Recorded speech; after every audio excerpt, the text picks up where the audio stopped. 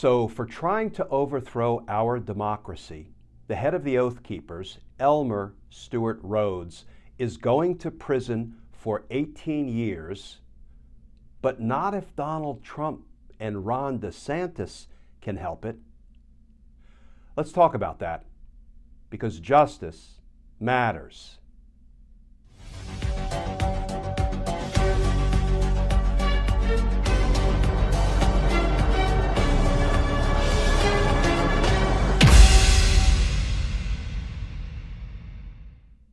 Hey all, Glenn Kirshner here.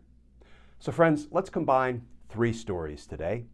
All three involve wrongdoers.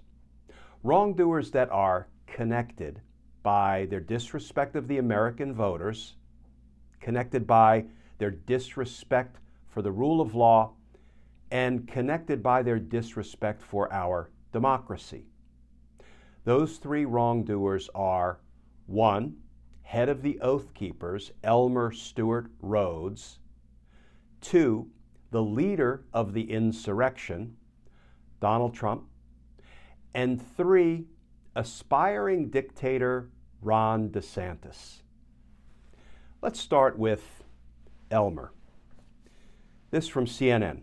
Headline: Oath Keepers leader Elmer Stewart Rhodes sentenced to 18 years in prison for plot to keep Trump in power. And that article begins: Stewart Rhodes, the founder and leader of the Oath Keepers, was sentenced to 18 years in prison for leading a far-reaching plot to keep then-President Donald Trump in power after he lost the 2020 election. This sentence and others are the first handed down in over a decade for seditious conspiracy. And this from the sentencing judge, quote, "What we absolutely cannot have is a group of citizens who, because they didn't like the outcome of an election, who didn't believe the law was followed as it should be, foment revolution," District Judge Mehta said before handing down the sentence. "That is what you did." Quote, "I dare say, Mr. Rhodes, and I've never said this to anyone I have sentenced, you pose an ongoing threat and peril to our democracy and the fabric of this country," Judge Mehta said. So what is it that wrongdoer number two, Donald Trump, wants to do for the Elmer Stewart Rhodes of the world? Well, this from NBC News, headline: Trump says he would pardon a large portion of the January 6th rioters. And that article begins: Former President Donald Trump promised that if he is elected, he will pardon a large portion of the people convicted of federal offenses for their participation in the January 6, 2021 attack on the U.S. Capitol. Quote, "I am inclined to pardon many of them," Trump said at a town hall hosted by CNN. Quote, "I can't say for every single one because a couple of them, probably they got out of control."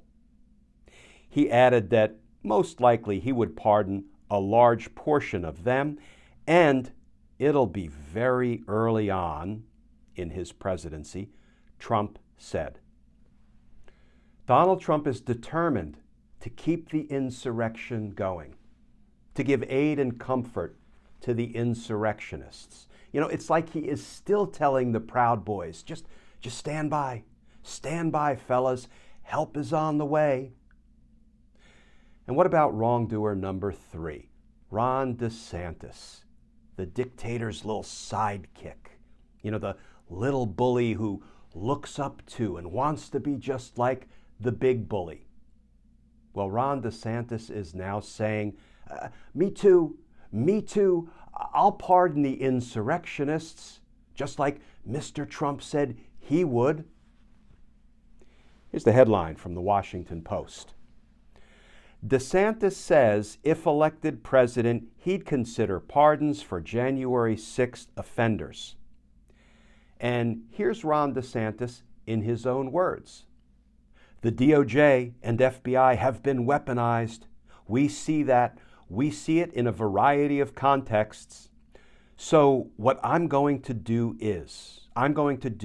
on day one, I will have folks that will get together and look at all these cases who people are victims of weaponization or political targeting, and we will be aggressive in issuing pardons. You know, friends, on January 6th, people were victimized at the U.S. Capitol. Most directly, police officers, victimized by the insurrectionists. The FBI investigated the insurrectionists. Grand jurors, members of the community, indicted the insurrectionists. Federal prosecutors tried the cases involving the insurrectionists. Another group of community members, the trial jury, convicted the insurrectionists for their crimes.